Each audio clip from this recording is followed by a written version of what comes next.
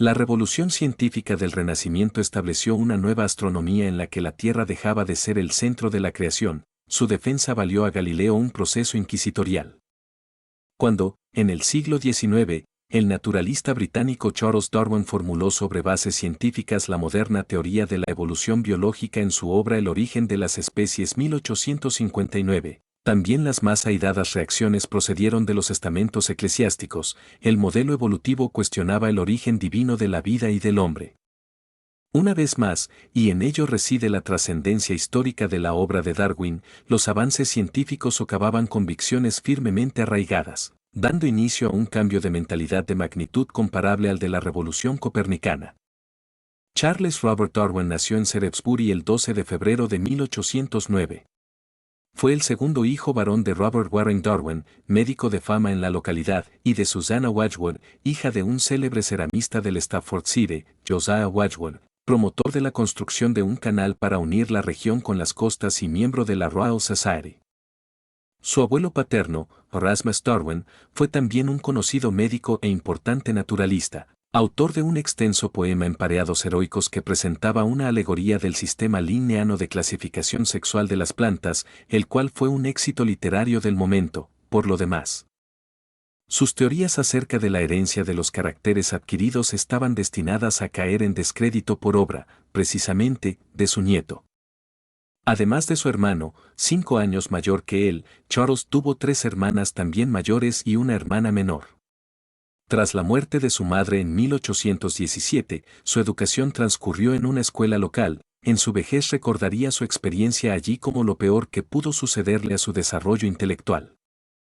Ya desde la infancia dio muestras de un gusto por la historia natural que él consideró innato y, en especial, de una gran afición por coleccionar cosas, conchas, sellos, monedas o minerales, el tipo de pasión que le lleva a uno a convertirse en un naturalista sistemático, en un experto o en un avaro.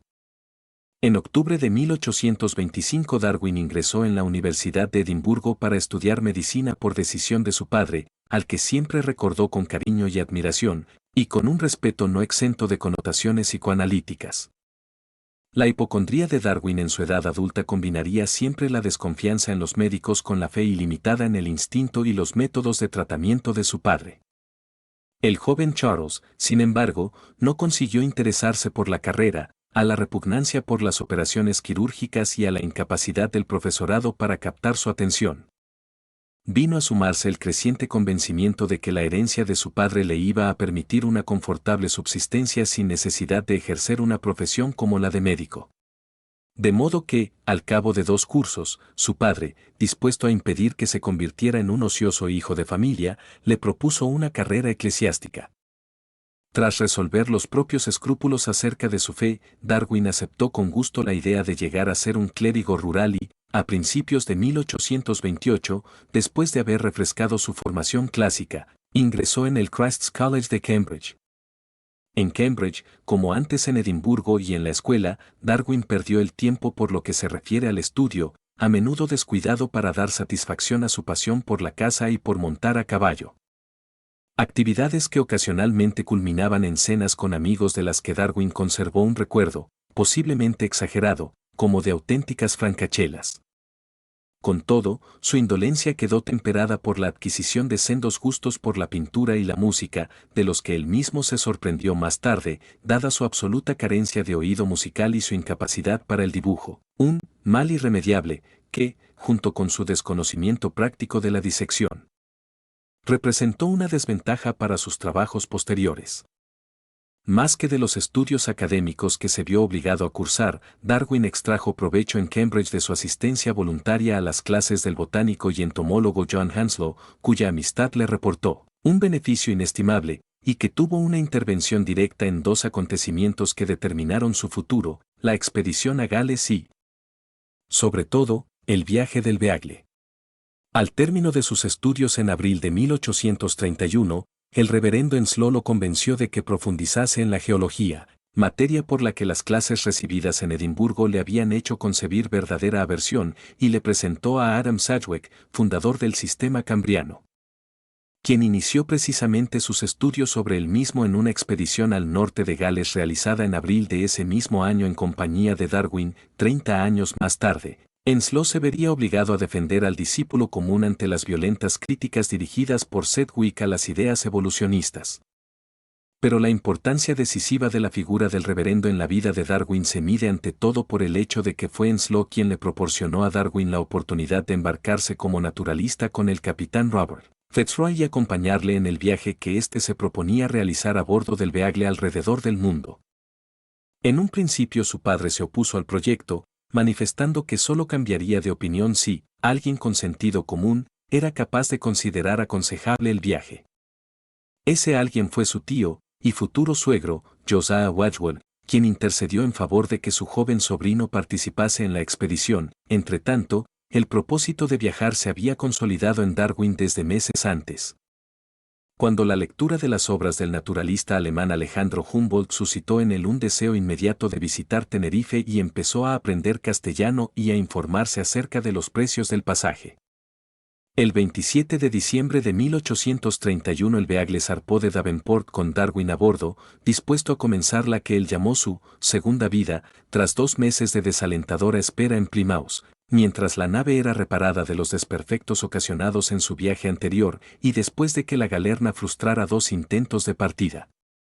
Durante ese tiempo, Darwin experimentó palpitaciones y dolores en el corazón, de origen más que probablemente nervioso, como quizá también lo habrían de ser más tarde sus frecuentes postraciones.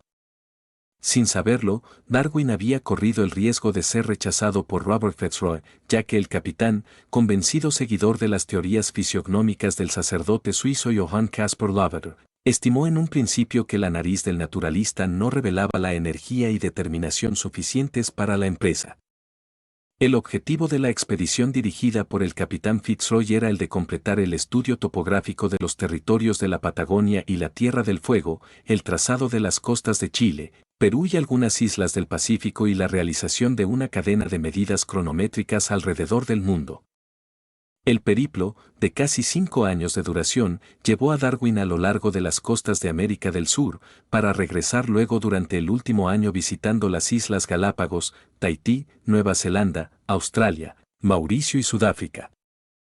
Durante ese periodo el talante de Darwin experimentó una profunda transformación.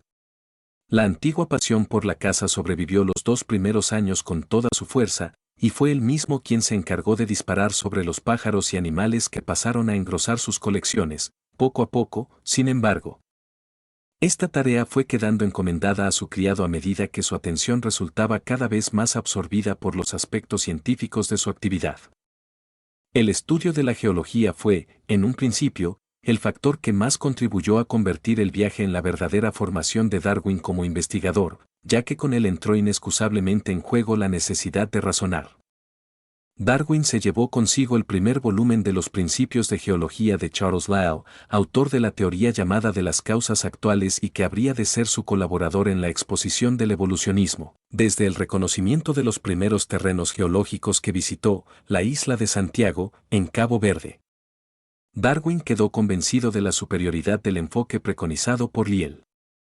En Santiago tuvo por vez primera la idea de que las rocas blancas que observaba habían sido producidas por la lava derretida de antiguas erupciones volcánicas, la cual, al deslizarse hasta el fondo del mar, habría arrastrado conchas y corales triturados comunicándoles consistencia rocosa.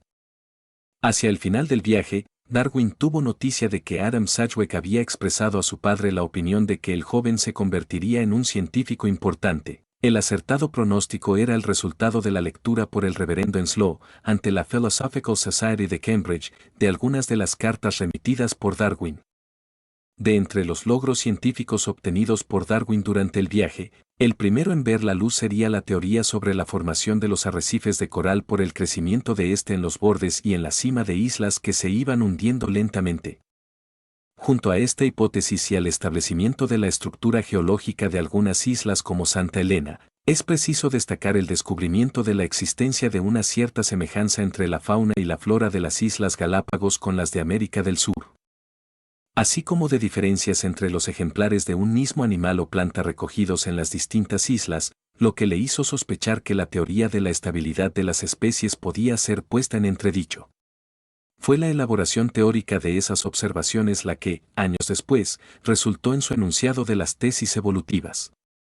Darwin regresó a Inglaterra el 2 de octubre de 1836. El cambio experimentado en esos años debió de ser tan notable que su padre, el más agudo observador que se haya visto, de natural escéptico y que estaba lejos de creer en la frenología, dictaminó al volverlo a ver que la forma de su cabeza había cambiado por completo. También su salud se había alterado. Hacia el final del viaje se mareaba con más facilidad que en sus comienzos, y en el otoño de 1834 había estado enfermo durante un mes. Se ha especulado con la posibilidad de que, en marzo de 1835, contrajera una infección latente de la llamada enfermedad de Chagas como consecuencia de la picadura de un insecto. De todos modos, desde su llegada hasta comienzos de 1839, Darwin vivió los meses más activos de su vida, pese a las pérdidas de tiempo que le supuso el sentirse ocasionalmente indispuesto. Trabajó en la redacción de su diario del viaje y en la elaboración de 2 textos que presentaban sus observaciones geológicas y zoológicas. Instalado en Londres desde marzo de 1837, se dedicó a hacer un poco de sociedad, actuando como secretario honorario de la Geological Society y tomando contacto con Charles Lyell. En julio de ese año empezó a escribir su primer cuaderno de notas sobre sus nuevos puntos de vista acerca de la transmutación de las especies, que se le fueron imponiendo al reflexionar acerca de sus propias observaciones sobre la clasificación, las afinidades y los instintos de los animales. Y también como consecuencia de un estudio exhaustivo de cuántas informaciones pudo recoger relativas a las transformaciones experimentadas por especies de plantas y animales domésticos debido a la intervención de criadores y horticultores. Sus investigaciones, realizadas sobre la base de auténticos principios baconianos, pronto le convencieron de que la selección era la clave del éxito humano en la obtención de mejoras útiles en las razas de plantas y animales. La posibilidad de que esa misma selección actuara sobre los organismos que vivían en un estado natural se le hizo patente cuando en octubre de 1838 leyó, como pasatiempo, el ensayo sobre el principio de la población de Thomas Malthus. Dispuesto como se hallaba, por sus prolongadas observaciones sobre los hábitos de animales y plantas, a percibir la presencia universal de la lucha por la existencia, se le ocurrió al instante que, en esas circunstancias, las variaciones favorables tenderían a conservarse, mientras que las desfavorables desaparecerían. Con el resultado de la formación de nuevas especies. Darwin estimó que, al fin, había conseguido una teoría con la que trabajar. Sin embargo, preocupado por evitar los prejuicios, decidió abstenerse por un tiempo de escribir siquiera el más sucinto esbozo de la misma. En junio de 1842 se permitió el placer privado de un resumen muy breve, 35 páginas escritas a lápiz, que amplió hasta 230 páginas en el verano del año 1844. Darwin había contraído matrimonio el 29 de enero de 1839 con su prima Emma Wadsworth. Residieron en Londres hasta septiembre de 1842, cuando la familia se instaló en Down, en el condado de Kent, buscando un género de vida que se adecuase mejor a los frecuentes periodos de enfermedad que, a partir del regreso de su viaje, afligieron constantemente a Darwin. Por lo demás, los años de Londres fueron, por lo que a vida social se refiere, el preludio de un retiro casi total en Down, donde vivió hasta el final de sus días. El 27 de diciembre de 1839 nació el primer hijo del matrimonio y Darwin inició con él una serie de observaciones que se prolongaron a lo largo de los años, sobre la expresión de las emociones en el hombre y en los animales. Tuvo 10 hijos, 6 varones y 4 mujeres, nacidos entre 1839 y 1856, de los que 2 niñas y un niño murieron en la infancia. Durante los primeros años de su estancia en Down, Darwin completó la redacción de sus trabajos sobre temas geológicos y se ocupó también de una nueva edición de su diario de viaje, que en un principio había aparecido formando parte de la obra publicada por Fitzroy sobre sus expediciones, en las notas autobiográficas que redactó en 1876. Darwin reconoció que, el éxito de mi primer retoño literario siempre enardece mi vanidad más que el de cualquier otro de mis libros. De 1846 a 1854, Darwin estuvo ocupado en la redacción de sus monografías sobre los cirrípodos, por los que se había interesado durante su estancia en las costas de Chile al hallar ejemplares de un tipo que planteaba problemas de clasificación. Esos años de trabajo sirvieron para convertirlo en un verdadero naturalista según las exigencias de su época, añadiendo al aprendizaje práctico adquirido durante el viaje la formación teórica necesaria para abordar el problema de las relaciones entre la historia natural y la taxonomía. Además, sus estudios sobre los percebes le reportaron una sólida reputación entre los especialistas, siendo premiados en noviembre de 1853 por la Royal Society, de la que Darwin era miembro desde 1839. A comienzos de 1856, Charles Lyell aconsejó a Darwin que trabajara en el completo desarrollo de sus ideas acerca de la evolución de las especies. Darwin emprendió entonces la redacción de una obra que, aun estando concebida a una escala 3 o 4 veces superior de la que luego había de ser la del texto efectivamente publicado, representaba, en su opinión, un mero resumen del material recogido al respecto. Pero cuando se hallaba hacia la mitad del trabajo, sus planes se fueron al traste por un suceso que precipitó los acontecimientos. En el verano de 1858 recibió un manuscrito que contenía una breve pero explícita exposición de una teoría de la evolución por selección natural, que coincidía exactamente con sus propios puntos de vista. El texto, remitido desde la isla de Ternate, en las Molucas, era obra de Alfred Russel Wallace, un naturalista que desde 1854 se hallaba en el archipiélago malayo y que ya en 1856 había enviado a Darwin un artículo sobre la aparición de especies nuevas con el que se sintió ampliamente identificado. En su nuevo trabajo, Wallace hablaba, como Darwin, de lucha por la existencia, una idea que, curiosamente, también le había venido inspirada por la lectura de Malthus.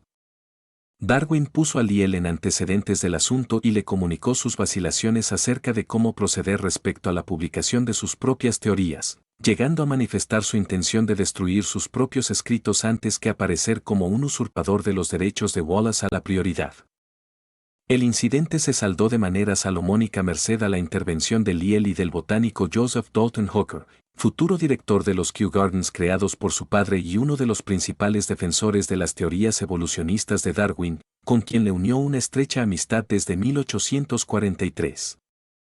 Siguiendo el consejo de ambos, Darwin resumió su manuscrito, que fue presentado por Lyell y Hooker ante la Linnean Society el 1 de julio de 1858. Junto con el trabajo de Wallace y con un extracto de una carta remitida por Darwin el 5 de septiembre de 1857 al botánico estadounidense S. Gray, en el que constaba un esbozo de su teoría. Alfred Wallace no puso nunca en cuestión la corrección del procedimiento. Más tarde, en 1887, manifestó su satisfacción por la manera en que todo se había desarrollado, aduciendo que él no poseía el amor por el trabajo, el experimento y el detalle tan preeminente en Darwin, sin el cual cualquier cosa que yo hubiera podido escribir no habría convencido nunca a nadie. Tras el episodio, Darwin se vio obligado a dejar de lado sus vacilaciones por lo que a la publicidad de sus ideas se refería, y abordó la tarea de reducir la escala de la obra que tenía entre manos para enviarla cuanto antes a la imprenta. En 13 meses y 10 días de duro trabajo, quedó por fin redactado el libro sobre el origen de las especies por medio de la selección natural o la preservación de las razas favorecidas en la lucha por la vida, largo título que es casi la enunciación de su tesis y que suele abreviarse como el origen de las especies. Los primeros 1.250 ejemplares se vendieron el mismo día de su aparición, el 24 de noviembre de 1859. Las implicaciones teológicas de la obra, que atribuía a la selección natural facultades hasta entonces reservadas a la divinidad, fueron causa de que inmediatamente empezara a formarse una enconada oposición, capitaneada por el paleontólogo Richard Owen, quien 20 años antes había acogido con entusiasmo las colecciones de fósiles traídas por Darwin de su viaje. En una memorable sesión de la British Association for the Advancement of Science que tuvo lugar en Oxford el 30 de junio de 1860, el obispo Samuel Wilberforce, en calidad de portavoz del partido de Owen, ridiculizó con brillante elocuencia las tesis evolucionistas, provocando una contundente réplica por parte del zoólogo Thomas Henry Huxley, que fue el principal defensor ante la oposición religiosa de las tesis de Darwin. ganándose el sobrenombre de su bulldog. A la pregunta de Wilberforce sobre si a Huxley le hubiera sido indiferente saber que su abuelo había sido un mono, la respuesta inmediata fue, según el testimonio de Lyell, estaría en la misma situación que su señoría. Darwin se mantuvo apartado de la intervención directa en la controversia pública hasta 1871, cuando se publicó su obra El origen del hombre y la selección en relación al sexo, donde expuso sus argumentos en favor de la tesis de que el hombre había aparecido sobre la Tierra por medios exclusivamente naturales. 3 años antes había aparecido su estudio sobre la variación en animales y plantas por los efectos de la selección artificial, en el que trató de formular una teoría sobre el origen de la vida en genera, el Epangénesis, que resultó ser la más pobre de sus aportaciones a la biología.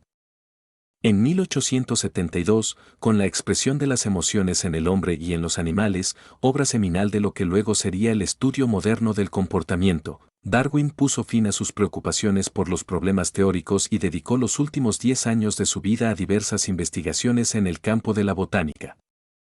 A finales de 1881 comenzó a padecer graves problemas cardíacos y falleció a consecuencia de un ataque al corazón el 19 de abril de 1882.